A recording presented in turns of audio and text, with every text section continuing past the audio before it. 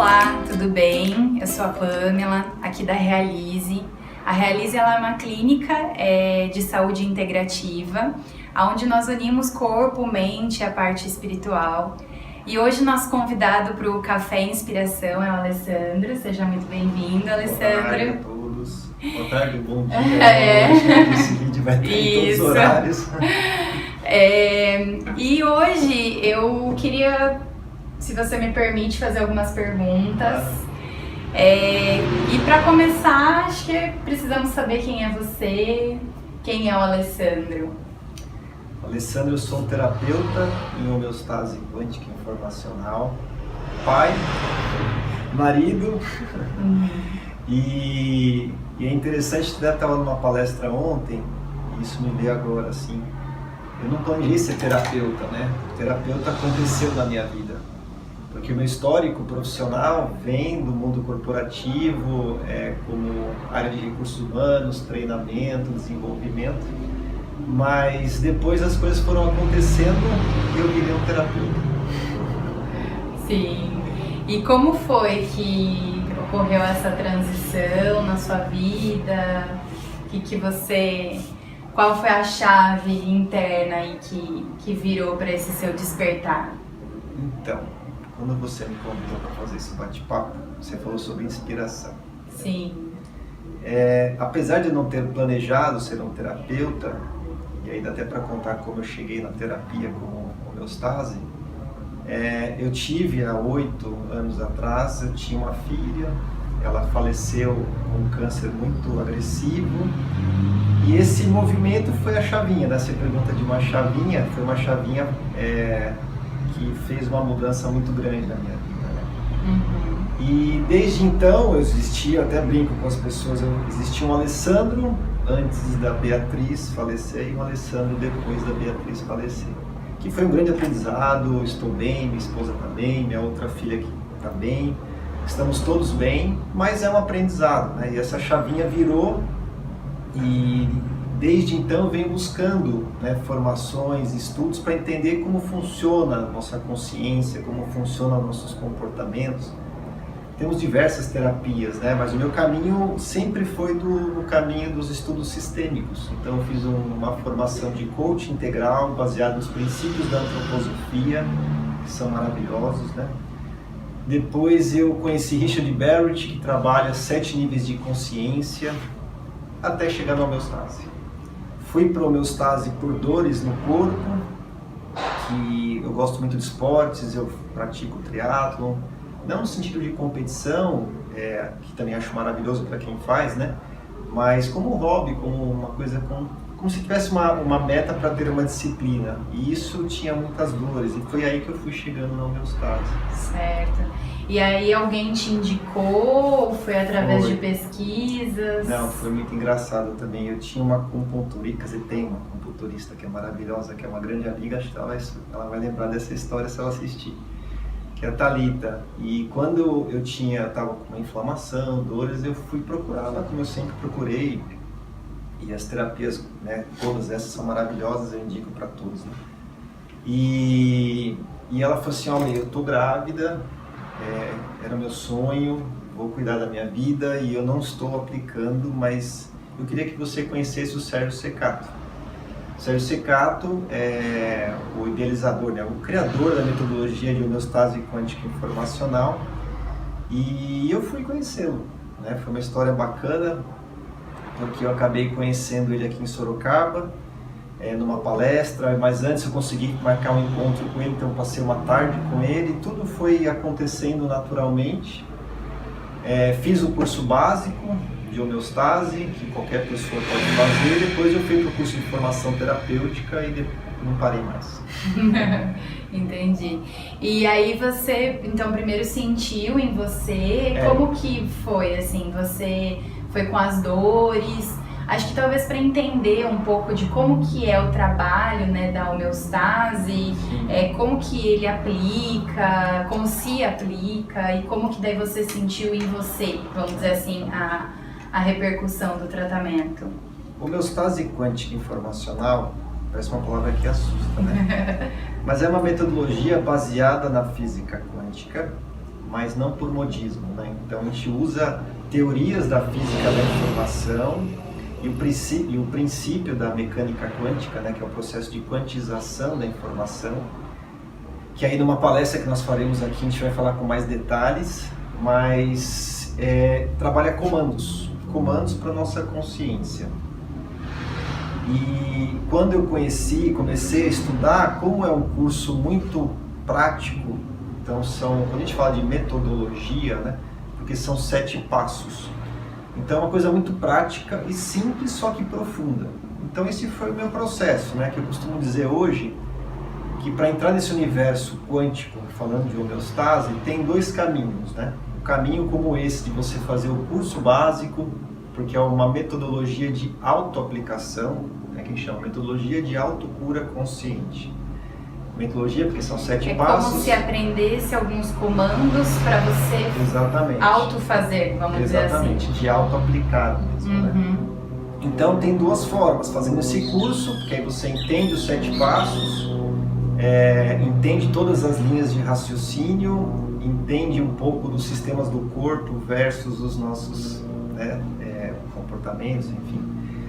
E você começa a auto-aplicar. Isso é uma maneira. A segunda maneira é que as pessoas que também entram nesse universo através de atendimentos individuais, a única diferença é que ela vai praticar da mesma forma, mas não vai entender ou conhecer as linhas de raciocínio, mas a prática é a mesma. E aí você começa a aplicar de fato e vira um processo de autoconhecimento, né? Porque você tem que se aprofundar um pouco nas suas dores. Eu tinha as minhas, todo mundo tem. Sim. Eu tinha minhas dores físicas e minhas dores emocionais, né? Sim. E foi um processo maravilhoso, né? Então normalmente o curso dura 18 horas, né? Aqui em Sorocaba a gente ministra em 3 meses, né? A cada 15 dias. E aí esse foi um mergulho que eu fiz. E logo na sequência, na época, já começou, que eu fiz em abril, foi até junho, abril, maio e junho. E em agosto eu já comecei o curso de formação, que é um outro processo bem bacana, que eu sempre indico para as pessoas que se identificam, porque é um curso muito sério, de 1 ano, são 12 encontros, né, de finais de semana, depois tem mais 6 meses a 1 ano, depende da pessoa, para fazer uma série de entregas. Mas daí para ser um terapeuta, né? Mesmo, exatamente. E aí então a ideia e essa proposta é você trabalhar de forma sistêmica dentro das emoções, dores físicas. Hoje, né, se ouve muito falar em até curas de diversas situações, né? Então, já ouvi a respeito de câncer, doenças, enfim, de diversas formas, autoimune. Então, eu vejo que as pessoas me perguntam muito isso, assim, se é possível e de que forma que isso pode acontecer. É possível. De novo, é um processo de autoaplicação, né? Então, nós terapeutas não curamos ninguém. Então a gente apenas apoia o processo de entendimento do caminho que a pessoa vai buscar informações, né? Como a gente usa a teoria holoinformacional da consciência, que é uma teoria que tem princípios da física da informação, de tudo é informação, então a gente tem que buscar informações, né? E de uma maneira didática, vou tentar explicar assim para vocês. Todas as informações da nossa consciência estão em nível não local, fora do espaço e tempo. O que significa isso? Ontem eu falei até numa palestra. Se você lembra de algo na sua infância, que você conta hoje e chora, ou seja, apesar de ter sido no passado, está mais presente do que nunca. Sim. Então é isso que a gente tem que cuidar, né? E Sim. assim, partindo desse princípio, é para qualquer problema. Problemas emocionais, a gente integra com todas as terapias, né? Então qualquer pessoa que chega para nós, você está com o seu médico tratando de um câncer, continua tratando do câncer, porque a gente consegue, através dos comandos, potencializar esse tratamento, porque o câncer, por exemplo, ele tem uma reincidência normalmente, né? Não que seja a regra, mas acontece. Por quê? Às vezes você acaba tratando só a matéria e não cuida da consciência. E é nesse processo que a gente entra com a metodologia integrativa. O câncer é um exemplo. Um outro exemplo foi o que eu vivenciei, que é a questão das dores no corpo, né? Então a gente tem, dentro das linhas de raciocínio e do tempo de pesquisa que foi feita, a metodologia que já tem 10 anos, dores tem a ver, para nós, um processo de traumas com o corpo e pessoas controladoras, ou pessoas que foram muito controladas. E essa questão dos sentimentos, né, porque o controle é uma sensação, né, de você controlar, uma sensação de perder o controle. Essa questão de sentimentos versus corpo versus doenças já é uma realidade estudada há milênios pela medicina chinesa. E nós temos também uma integração das linhas de raciocínio com os 5 elementos da medicina chinesa. Isso faz parte também do nosso foco de estudo. Então, se eu consigo identificar os temas e os sentimentos, como esse exemplo da questão das dores no corpo, que tem muita fibromialgia também, né? Sim. As pessoas têm muito essas dores. E os médicos falam que são dores, são questões emocionais, né? Sim. E é esse vínculo que nós fazemos e cuidamos. O processo já tem, a Melogia foi criada há 12 anos atrás. O Sérgio Secato Filho, a pessoa que criou a metodologia aqui de Campinas, interior de São Paulo, mas a gente está crescendo e vai crescer muito aí pelo mundo afora, integrando todas essas terapias.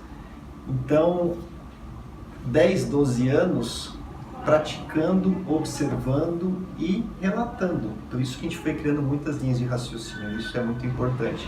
Inclusive agora, lá em Campinas, ele está fazendo com a metodologia de pesquisa, uma pesquisa junto com uma doutora, para poder tratar pessoas e direcionar tratamentos, né, com base na metodologia, integrando com outros processos, mas para poder entrar com um relato acadêmico, né, vamos dizer assim, do processo da metodologia. Sim, é muito legal porque acho que essa saúde sistêmica ainda está, para algumas pessoas nem tanto, mas eu vejo por uma rotina aqui, por exemplo, ainda é um processo de aprendizado, né? Ainda é muito difícil relacionar as emoções com, por exemplo, uma dor que eu tenho no meu corpo físico, seja lombar, seja no quadril, seja em qualquer situação, e até relacionar o que passa na minha mente, como que nós somos interferidos até pelo espaço por onde nós vivemos. Então acho que a Realize como um todo, assim, a gente sempre busca conhecer, né? Dentro das nossas avaliações também já é muito esse olhar, e eu acho que essa linha da homeostase quântica informacional foi muito legal quando a gente conversou pela primeira vez, porque também traz, abraça em alguns pontos esses lugares também de cuidar da saúde de uma forma mais integral, e aos poucos a gente tentar olhar o corpo como um todo, né? É muito difícil esse processo porque foi muito fragmentado, né? Corpo é corpo, mente é mente, emoção é emoção, e agora é um grande convite para a gente tentar olhar de uma forma mais sistêmica, olhar mais de uma forma em conjunto. Acho que isso é um grande aprendizado, né? Como que é, assim, na sua rotina, quando você conversa com as pessoas, de forma geral, não só pacientes, mas até amigos, pessoas próximas? Isso é algo que flui, que as pessoas interpretam bem ou não? Como que é? Então, nós, primeiro, só para alinhar assim, palavras e conceitos, a gente trata como clientes, né? Porque nós somos terapeutas. Tá. Né? E isso é importante porque a gente respeita muito o universo de cada profissional, né? Sim. E agora, o que você está falando é tão bacana, porque quando a gente olha sistemicamente, não é nós como um todo só, é nós o entorno, né? Uhum. Então, muitas vezes, a gente, quer dizer, talvez todas as vezes, né? Quando a gente começa a acompanhar o processo de uma pessoa, pegar de uma criança, eu tenho que entender os pais. Sim. Se eu estou acompanhando o processo de um casal, é importante que eu entenda os dois, né? Para a gente poder, ou até mesmo como funcionou a história de vida daquela pessoa, porque ela pode estar repetindo um padrão que vem da sua família, seja do ponto de vista informacional, genético, porque quando nós somos concebidos, nós temos o esperma dos nossos pais, qual nossa mãe. Então ali já tem um conjunto de informação, o DNA, né? Sim. E ali já vem um monte de informação, por isso que tem as doenças genéticas. Claro, enfim, né? claro. Mas também vem os padrões mentais. Então a gente tem que entender todo esse contexto e muitas vezes você consegue entender as repetições de padrões. Então, por exemplo, se às vezes eu já atendi uma pessoa que tinha problemas de relacionamento, né? E ela atraía um certo tipo de característica e sempre repetia. E o bacana desse processo foi, primeiro a gente tinha que tirar esse padrão de ela atrair aquele tipo de característica, depois entender de onde vem. E era um preenchimento de uma carência que vinha do pai dela, né? Sim. Então, às vezes você tem problemas de relacionamento amoroso que vem da sua história de vida, né? E aí você vai atraindo todo esse processo. Então, isso a gente fala bastante na palestra e alguns exemplos práticos de como a física quântica está presente no nosso dia a dia, né? Ou seja, toda essa questão da atração, do que você atrai para a sua vida, não só em relação a pessoas, mas a circunstâncias, né? Problemas financeiros, por exemplo. Então, a pessoa que tem dificuldade financeira, ela também pode entender como está funcionando a consciência dela e por que ela não está conseguindo atrair clientes ou arrumar um emprego, tem todo um contexto. Então, sim, essa visão sistêmica é no sentido do corpo, como você falou, e realmente do seu entorno. Então, isso é maravilhoso. Dentro dos atendimentos, eu estava até comentando, acho que eu fiz uma estatística, esse ano eu fiz mais, esses últimos 12 meses, mais de 300 pessoas eu fiz atendimento. Aí você vai observando muitas características, né? E dentro desse processo, as pessoas que se aprofundam mesmo na metodologia, chega um momento porque a prática em si do método, ela é simples. Aí depois que o desafio é esse, você começar a entender sistemicamente como você funciona. Então, os atendimentos começam a se aprofundar nesse momento. Quando você começa, entendi, esse teu comportamento, vamos olhar lá para trás, você está repetindo ou você está suprindo uma carência, aí você começa a entrar nessa questão e é maravilhoso. Assim. É muito legal que ao tempo todo que você estava falando, me vem muito assim, é um processo grande, é uma autocura, né? Então, exige, para que se olhe de uma forma sistêmica, exige que a pessoa também esteja disponível, né? Porque não é um trabalho assim, olha, vai vir alguém e são caminhos de direcionamento, né? A gente também, por exemplo, a constelação familiar também aborda bastante esse olhar sistêmico, né? Que eu acho incrível também. Então, todos esses caminhos, eles vão nos dando algumas ferramentas, assim, de como conduzir ou de talvez de possibilidades de movimentos do inconsciente, mas é um trabalho de dentro para fora, né? É um trabalho de querer dar esse passo, de ter essa disciplina, de repente nos seus altos e baixos conseguir se manter dentro do processo, seja qual processo sistêmico você se identificou, mas se manter dentro desse processo é um grande caminho e ferramenta, né, para permitir que você evolua, permitir que isso aconteça e vá se aprofundando, porque acho que imagino que são camadas, né? Então você vai em uma camada, aí você vai em outra, e aí você vai desvendando coisas que naquele momento nem era perceptível, né? De repente, e aí que as conexões vão acontecendo, né? Você fala em camadas, essas camadas, conforme você vai tirando elas, às vezes você entra num processo de caos, né? Você começa a encontrar informações, né? E a gente trabalha muito o caos com os comandos para ter uma visão neutra ou positiva do caos, né? Porque as pessoas, quando às vezes entram em caos, entram em desespero. Não que não seja desafiador, né? Sim. Mas é um processo de observar de uma maneira diferente. Isso a gente, se a gente for fazer o curso ou se eu faço o primeiro atendimento, a gente já começa a direcionar os comandos nesse sentido, né? E é maravilhoso. Agora, esse querer é fundamental, né? Esse passo, né, individual acho que de para cada qualquer movimento, qualquer.